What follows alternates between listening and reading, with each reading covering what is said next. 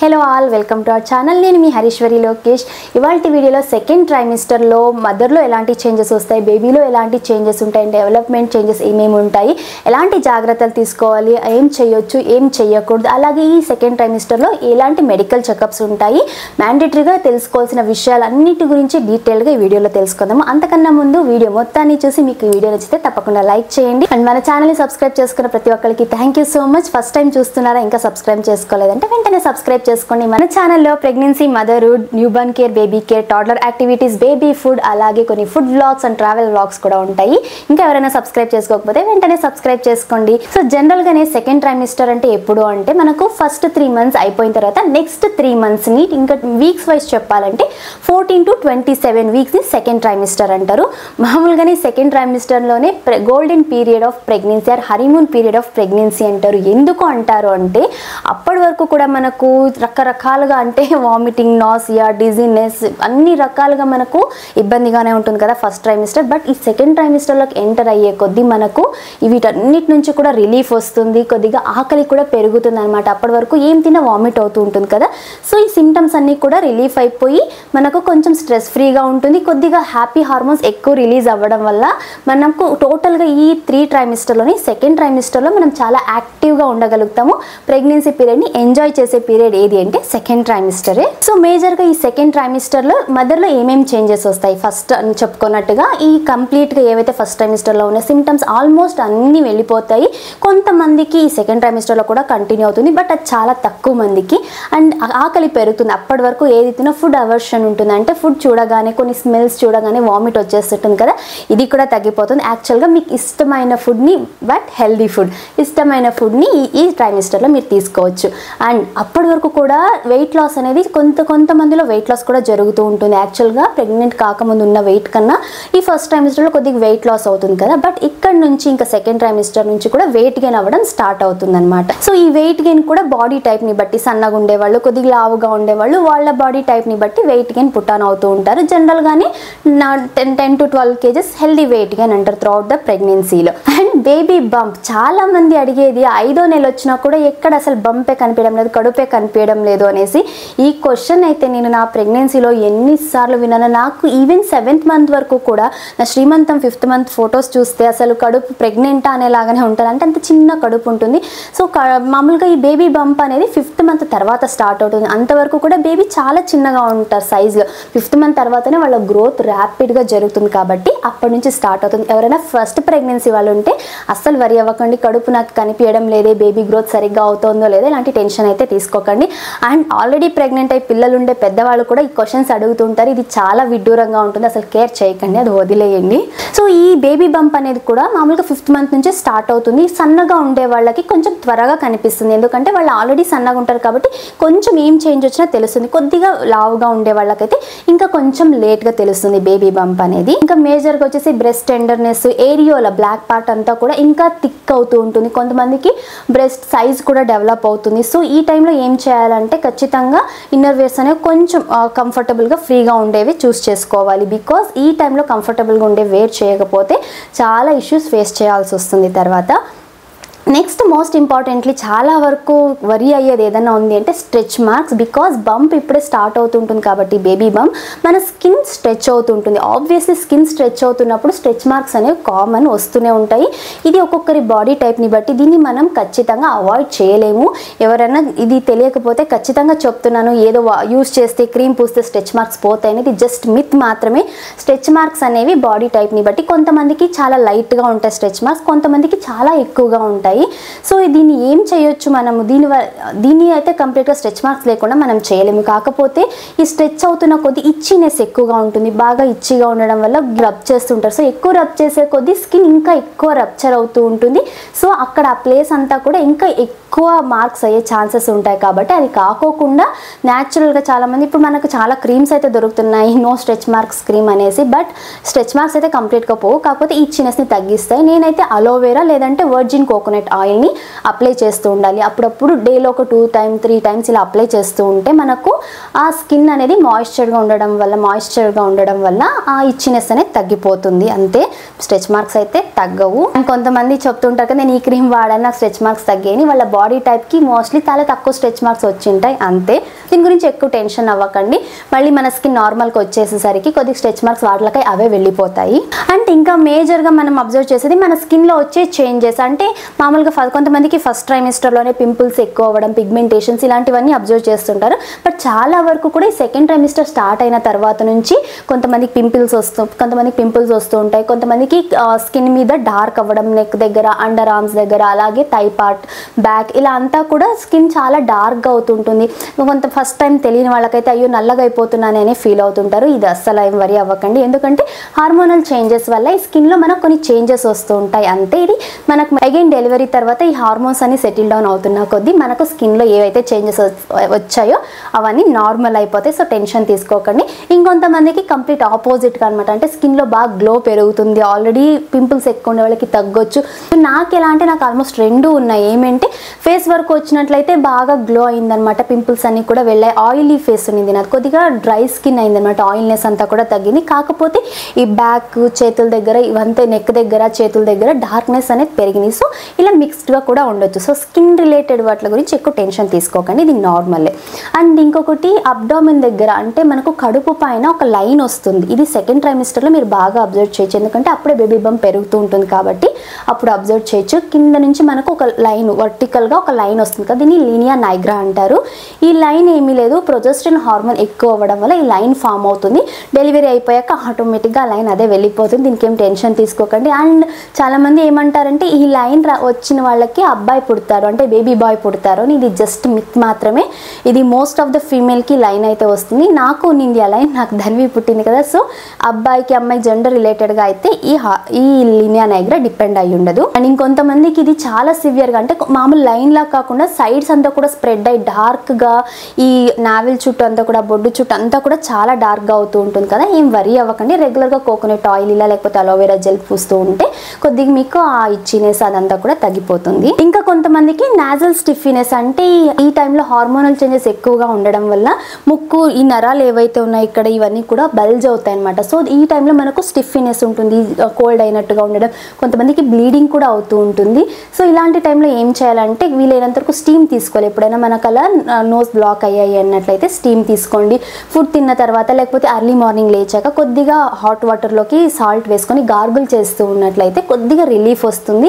Because ఈ ఏరియాలో ఉన్న మజిల్స్ అని, నర్వ్స్ అని కూడా కొంచెం బల్జ్ అవుతుంటాయి ప్రెగ్నెన్సీ టైంలో. ఇది చాలా కామనే. ఇలాంటి కొన్ని రెమెడీస్ ఫాలో అయితే రిలీఫ్ అయితే ఉంటుంది. అండ్ చాలా మంది అసలు కేర్ చేయని టాపిక్ ఏదైనా ఉంది అంటే డెంటల్ కేర్. అసలు డెంటల్ కేర్ అనేది ప్రెగ్నెన్సీలో చాలా చాలా ఇంపార్టెంట్.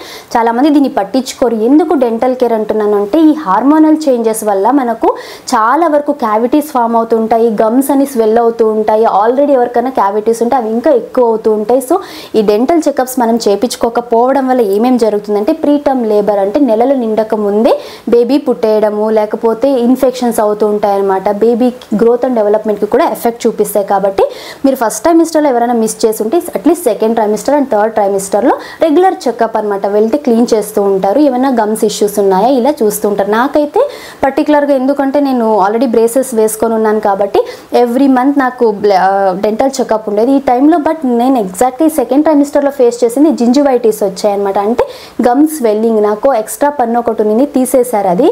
ఆ ప్లేస్ నాకు యాక్చువల్గా థర్డ్ మంత్ వరకు కూడా నార్మల్గానే ఉన్నింది. బట్ నాకు ఈ 5th మంత్ నా శ్రీమంత్ టైంకి జింజివైటిస్ వచ్చేసింది. అంటే చాలా ఈ ఏరియా అంతా కూడా బల్జ్ అయ్యి ఆల్మోస్ట్ గమ్స్ ఇంత లావ్ బల్జ్ అయిందనమాట. సో ఇలాంటి ఇష్యూస్ అన్నీ కూడా హార్మోనల్ చేంజెస్ వల్లే వస్తాయి. దీన్ని మనం ఏదో నార్మల్ పంటి నొప్పిలే వస్తుంది కదా అని చెప్పేసి ఏదో నార్మల్ ఒక ట్యాబ్లెట్ వేసుకుని ఇలా నోటీస్ చేయకుండా అయితే వదలకండి. ప్రాపర్ కేర్ తీసుకోండి, లేకపోతే మీకు మీ బేబీకి చాలా ఎఫెక్ట్ పడుతుంది దీనివల్ల. ఇంకా నెక్స్ట్ వచ్చేసి లెగ్ క్రాంప్స్ అనమాట. బికాజ్ బేబీ బంప్ పెరుగుతున్న కొద్దీ మన బాడీ కాళ్ళ మీద, అబ్డామిన్ పైన, బ్యాక్ పైన బరువు పడుతుంటుంది కదా. ఆబ్వియస్లీ దీనికి కనెక్టెడ్గా ఉన్న నర్వ్స్కి, మన కాళ్ళకి కదా బ్లడ్ సర్క్యులేషన్ అవుతుంటుంది. ఈ టైంలో leg cramps, abdominal cramps cramps అనేవి జరుగుతాయి. ఎలా అంటే పీరియడ్స్ టైంలో ఎలాంటి క్రాంప్స్ ఉంటాయో అలా కాళ్ళు లాగినట్టుగా, నడుము ఎక్కువగా నొప్పి రావడం ఇలాంటివి ఉంటాయి. సో దీనికి ఏం చేయాలి అంటే ఏదైనా హాట్ ప్యాక్ పెట్టుకోవడం, హాట్ కంప్రెస్ పెట్టుకుంటూ ఉండడము, లైట్గా స్ట్రెచెస్ చేయడం, యోగా ఎక్సర్సైజ్ లేదా వాకింగ్ చేస్తూ ఉండడం, ఇలా స్ట్రెచ్ చేస్తూ ఉండాలి. మన బాడీని ఎక్కువ కదలుకోకుండా అలాగే ఉంటే ఈ క్రాంప్స్ ఇంకా ఎక్కువగా అవుతూ ఉంటాయి అన్నమాట. పడుకునే ముందు బాత్ చేయడము, లేకపోతే అట్లీస్ట్ కాళ్ళనైనా కాసేపు వేడి నీళ్ళలో కాళ్ళు పెట్టుకోవడము, ఇలాంటి చిన్న చిన్నవి ఏమైనా ప్రాక్టీస్ చేస్తున్నా కూడా ఈ లెగ్ క్రాంప్స్ అనేవి తగ్గిపోతాయి. Most importantly clothing, because first trimester వరకు మన దగ్గర ఆల్రెడీ ఉన్న బట్టలే మనకు ఫిట్ అవుతుంటాయి. బట్ ఈ సెకండ్ ట్రైమిస్టర్ నుంచి మన బాడీలో చేంజెస్ అవుతూ ఉంటాయి కదా, వెయిట్ గెయిన్ అవుతాం, బేబీ బంప్ వస్తుంది, ఆల్రెడీ మన దగ్గర ఉన్న ఏ బట్టలు మనకు సరిపోవు. ఇక్కడ మనం ఎలాంటి క్లోత్స్ చూస్ చేసుకోవాలి అంటే బాగా ఫ్రీగా కంఫర్టబుల్గా ఉండాలి. వీలైతే కొంచెం ఎక్స్ట్రా సైజ్ తీసుకోవడమే బెటర్. ఎందుకంటే ఇంకా నెక్స్ట్ 9th మంత్ వరకు కూడా ఇంకా మన బాడీలో చాలా చేంజెస్ వస్తూ ఉంటాయి కదా, కంఫర్టబుల్గా ఈజీగా బ్రీతబుల్గా ఉండాలన్నమాట. బట్టలు కూడా స్ట్రెచబుల్ బ్రీతబుల్గా ఉండేలాంటి బట్టలే చూస్ చేసుకోండి. టైట్గా ఉండే బట్టలు అస్సలు వేసుకోకండి. ఇన్నర్ వేర్స్ కానీ డ్రెస్ ఏదైనా సరే కంఫర్టబుల్గా ఎగ్జాక్ట్ సైజ్ ఉండేలాంటివి చూస్ చేసుకోండి. అండ్ ఇంకొకటి షూస్ కానీ లేకపోతే హీల్స్ వేసుకునే వాళ్ళు ఈ ఎలాంటివి అంటే ఎక్కువ హై హీల్ ఉండేలాంటివి అస్సలు వేయకండి. వీలైనంత వరకు ఫ్లాట్స్ వేసుకోండి, కంఫర్టబుల్ షూస్ వేసుకోండి వాకింగ్ వెళ్తున్నారు అలా అన్నప్పుడు. బికాస్ హీల్స్ వేసుకోవడం వల్ల బ్లడ్ సర్క్యులేషన్ అనేది సరిగ్గా జరగక ఇంకా ఈ లెగ్ క్రాంప్స్ అనేవి చాలా వర్స్ అయిపోతాయి. కాబట్టి వీలైనంత వరకు ఫ్లాట్గా ఉండి షూస్ కంఫర్టబుల్గా ఉండేలాంటివి యూస్ చేయండి.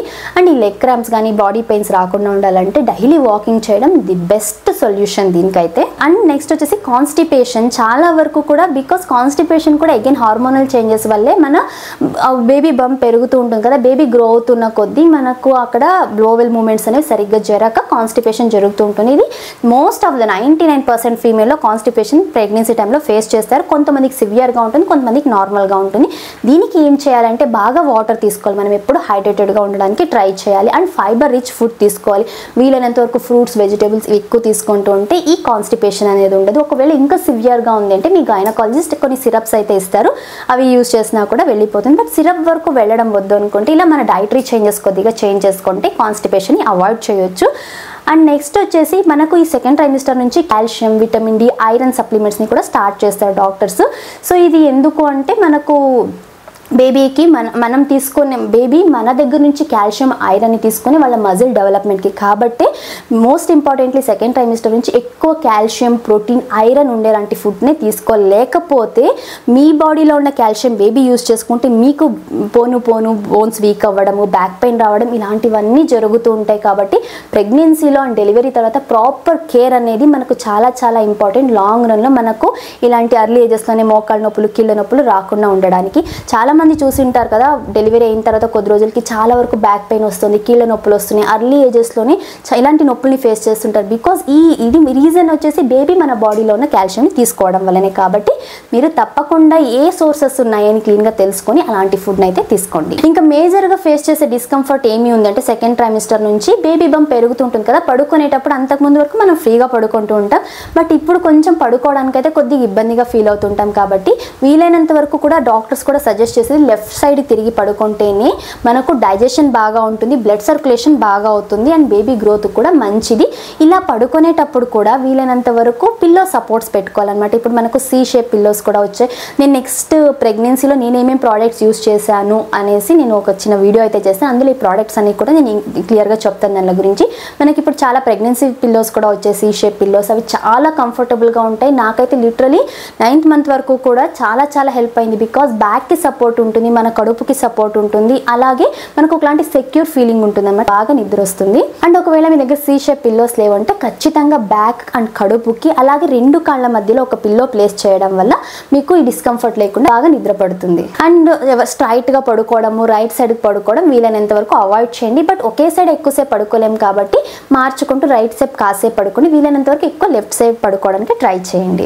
నెక్స్ట్ మోస్ట్ ఇంపార్టెంట్ థింగ్ ప్రెగ్నెన్సీలో కేర్ తీసుకోవాల్సింది వచ్చేసి vaginal discharge, UTI, urinary tract infection అనమాట. సో ఈ సెకండ్ ట్రైమిస్టర్ నుంచి కూడా ఎక్కువ మనకు హార్మోనల్ చేంజెస్ ఎక్కువ అవుతూ ఉండడం వల్ల డిశ్చార్జ్ కూడా పెరుగుతూ ఉంటుంది. ఫస్ట్ ట్రైమిస్టర్ వరకు కొద్దిగా తక్కువ ఉంటుంది, బట్ సెకండ్ ట్రైమిస్టర్ నుంచి కూడా వెజైనల్ డిశ్చార్జ్ అనేది చాలా ఎక్కువగా ఉంటుంది. వరి అవ్వాల్సిన అవసరం లేదు. కాకపోతే మీకు బర్నింగ్ సెన్సేషన్ ఉంది, వైట్ డిశ్చార్జ్ కూడా హెవీగా అయిపోతుంది, స్మెల్లీగా ఉంది, బాగా ఫౌల్ స్మెల్ వస్తుంది.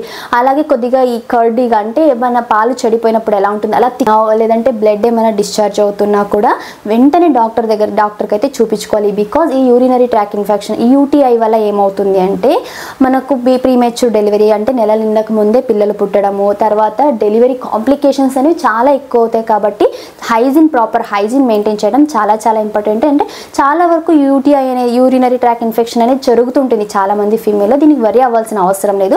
బట్ రెగ్యులర్ చెకప్స్ అండ్ మీరు కూడా కొద్ది హైజీన్గా ఉండడం చాలా చాలా ఇంపార్టెంట్. సో ఇది మన బాడీలో వచ్చే చేంజెస్ అండ్ తీసుకోవాల్సిన జాగ్రత్తలు అయితే. అండ్ నెక్స్ట్ వచ్చేసి బేబీ, మేజర్గా అందరూ వరి అయ్యేది బేబీ గురించే కదా. సో నెక్స్ట్ వచ్చేసి బేబీలో ఎలాంటి చేంజెస్ వస్తాయి అంటే ఈ సెకండ్ ట్రైమిస్టర్లో అంటే 4th 5th మంత్ వచ్చేసరికి ఆల్మోస్ట్ బేబీ బాడీ పార్ట్స్ అన్నీ కూడా క్లియర్గా డెవలప్ అవుతాయి. కళ్ళు, ముక్కు, చెవులు, ఇంటర్నల్ ఆర్గన్స్ అన్నీ కూడా డెవలప్ అవుతాయి. మనకు మామూలుగా 5th మంత్లో టిఫా స్కాన్ కూడా ఉంటుంది. మా ఫారిన్ కంట్రీస్లో అయితే జెండర్ని కూడా ఇప్పుడే చెప్పేస్తారు. బట్ మన ఇండియాలో జెండర్ గురించి అయితే రివీల్ చేయరు.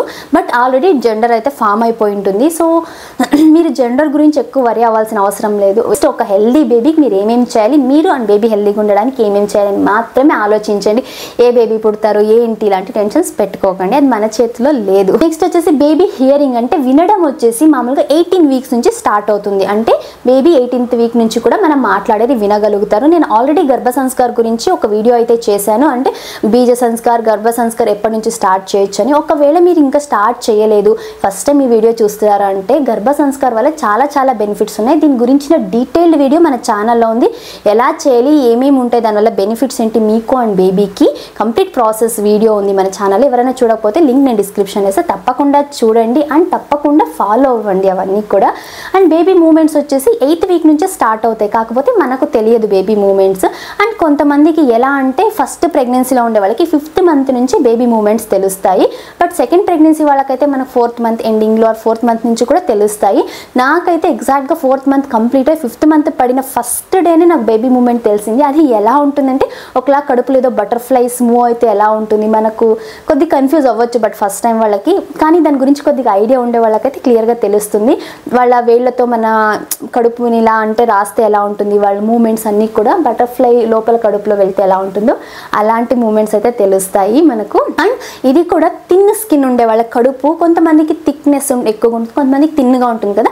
థిన్గా ఉండే వాళ్ళకి వచ్చేసి చాలా త్వరగా తెలుస్తుంది. థిక్గా ఉండే వాళ్ళకి కొద్దిగా లేట్గా కొంచెం స్లోగా తెలుస్తుంది.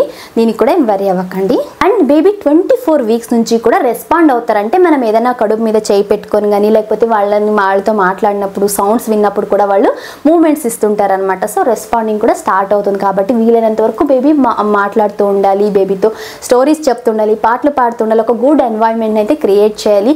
Most of the time baby వినేది ఎవరిది అంటే mother heart beat and mother వాయిసే. కాబట్టి బేబీ యొక్క బ్రెయిన్ డెవలప్మెంట్కి మీరు వీలైనంత వరకు మాట్లాడుతూ పాట పాడుతుంది. ఇవన్నీ కూడా బేబీ గ్రోత్ అండ్ డెవలప్మెంట్కి చాలా హెల్ప్ఫుల్ అవుతాయి. సో ఇవి మేజర్గా బేబీలో జరిగే చేంజెస్ అయితే. సో నెక్స్ట్ వచ్చేసి సెకండ్ ట్రైమిస్టర్ ఎలాంటి మెడికల్ చెకప్స్ ఉంటాయి, ఏమేమి చెకప్స్ మనం చేయించుకోవాలి అంటే ఎవ్రీ 4 వీక్స్ వన్స్ అంటే ఎవ్రీ మంత్లీ వన్స్ అయితే చెకప్కి పిలుస్తుంటారు కదా డాక్టర్. 18 to 20 వీక్స్తో టిఫా స్కాన్ అంటే అనామలీ స్కాన్ అనేది చేస్తారు. ఇది కంపల్సరీ చేయించుకోండి. ఒక్కొక్కరు ఒక 18th to 20 వీక్ మధ్యలో అయితే సజెస్ట్ చేస్తారు మీ డాక్టర్. ఇది అసలు చాలా చాలా ఇంపార్టెంట్. ఎందుకు అంటే ఏమైనా స్ట్రక్చరల్ అబ్నార్మాలిటీస్ ఉన్నాయా, క్రోమోజోమల్ డిఫెక్ట్స్ ఉన్నాయా, బేబీలో ఏదైనా ఆర్గన్ సరిగ్గా డెవలప్ అయిందా లేదా అంటే చెవులు కానీ కాళ్ళు చేతులు ఇలాంటి ఏమైనా డిఫెక్ట్స్ ఉన్నాయా అనేసి మనకు ఈ టిఫా స్కాన్ ద్వారానే తెలుస్తుంది. సో ఈ స్కాన్ అయితే ఎవరు మిస్ చేయకండి. బికాజ్ ఒక హెల్దీ బేబీ కావాలనుకున్నప్పుడు ఖచ్చితంగా ఈ టిఫా స్కాన్ అనేది తప్పకుండా చేయించుకోండి. బికాజ్ ఇది మిస్ చేస్తే తర్వాత ఎక్కువ వరి అవ్వాల్సి ఉంటుంది. ఏదైనా డిఫెక్ట్స్ ఉన్నా ప్రాబ్లమ్స్ ఉన్నా అర్లీగానే మనం డిటెక్ట్ చేయగలిగితే చాలా మంచిది కదా. సో ఎవ్రీ మంత్ మన డాక్టర్ పిలిచినప్పుడు ఖచ్చితంగా బీపీ, హార్ట్ బీట్ అలాగే వెయిట్ గెయిన్ ఎంత అవుతున్నాం ఏంటి అని మన నార్మల్ చెకప్ అయితే చేస్తారు. జనరల్గా 24 to 26 వీక్స్ మధ్యలో గెస్టేషనల్ డయాబెటీస్ చెకప్ కూడా ఒకటి చేస్తారు. మనకు అర్లీ మార్నింగే పిలుస్తారు. ఫుడ్ అంటే బ్రేక్ఫాస్ట్ కన్నా ముందే బాగా వాటర్ తాగేసి వస్తే ఒక 2 to 3 బ్లడ్ శాంపుల్స్ మన దగ్గర నుంచి కలెక్ట్ చేసుకుని ఏమైనా డయాబెటీస్, బికాజ్ ప్రెగ్నెన్సీ టైంలో ఇది చాలా కామన్, చాలా వరకు ఈ గెస్టేషనల్ డయాబెటీస్ని ఫేస్ చేస్తూ ఉంటారు కదా. ఇది అవాయిడ్ చేయడానికి చెకప్ అయితే చేస్తూ ఉంటారు. అండ్ ఇంకొంతమందికి థైరాయిడ్ ఆల్రెడీ ఉండే వాళ్ళకి థైరాయిడ్ చెకప్ని కూడా చేస్తూ ఉంటారు. నెక్స్ట్ కొన్ని వ్యాక్సిన్స్ అనేవి ఉంటాయి సెకండ్ ట్రైమిస్టర్లో వేయించుకోవాల్సింది. ఫస్ట్ వన్ వచ్చేసి ఫ్లూ షాట్. మామూలుగా ఈ ఫ్లూ షాట్ వచ్చేసి 4th మంత్లో వేస్తారు. ఎందుకంటే ఏమైనా సీజనల్గా వచ్చే ఫ్లూస్ నుంచి మనకు మళ్ళీ, ఎందుకంటే ప్రెగ్నెన్సీలో మనకి ఏమన్నా ఈ కోల్డ్ కాఫ్ ఇలా వచ్చాయనుకోండి బేబీకి అవి ఎక్కువ ఎఫెక్ట్ చూపిస్తాయి బేబీ గ్రోత్కి. కాబట్టి ఈ ఫ్లూ షాట్ అయితే మిస్ చేయకుండా తీసుకోండి. అరౌండ్ 26 వీక్స్లో టీటీ ఇంజెక్షన్ కూడా ఇస్తారు. ఇది కూడా మిస్ చేయకండి. అండ్ అరౌండ్ అరౌండ్ 27 వీక్స్ అలా ఒక టీడాప్ వ్యాక్సిన్ ఉంటుంది. సో ఎవరైనా అంటే కొన్నిసార్లు డాక్టర్స్ ఇవి చెప్పారనమాట. మనకంటూ ఒక నాలెడ్జ్ ఉంటే వాలంటీర్గా మనమే అడగొచ్చు. అడిగితే డాక్టర్స్ ఇప్పుడు అన్ని ఏరియాస్లోనే బికాస్ కొంతమంది వద్దు అంటుంటారని డాక్టర్స్ ప్రిస్క్రైబ్ చేయడం కూడా మానేస్తుంటారు. కనీసం మినిమం మనకంటూ కొద్దిగా నాలెడ్జ్ ఉంటే మనమే అడగొచ్చు అనమాట, డాక్టర్ ఈ వ్యాక్సిన్స్ అవసరమా నాకు, ఏంటి. అండ్ మోస్ట్ ఇంపార్టెంట్లీ డాక్టర్ ఏదైనా మనకు ప్రిస్క్రైబ్ చేస్తున్నారంటే ఖచ్చితంగా అడగండి.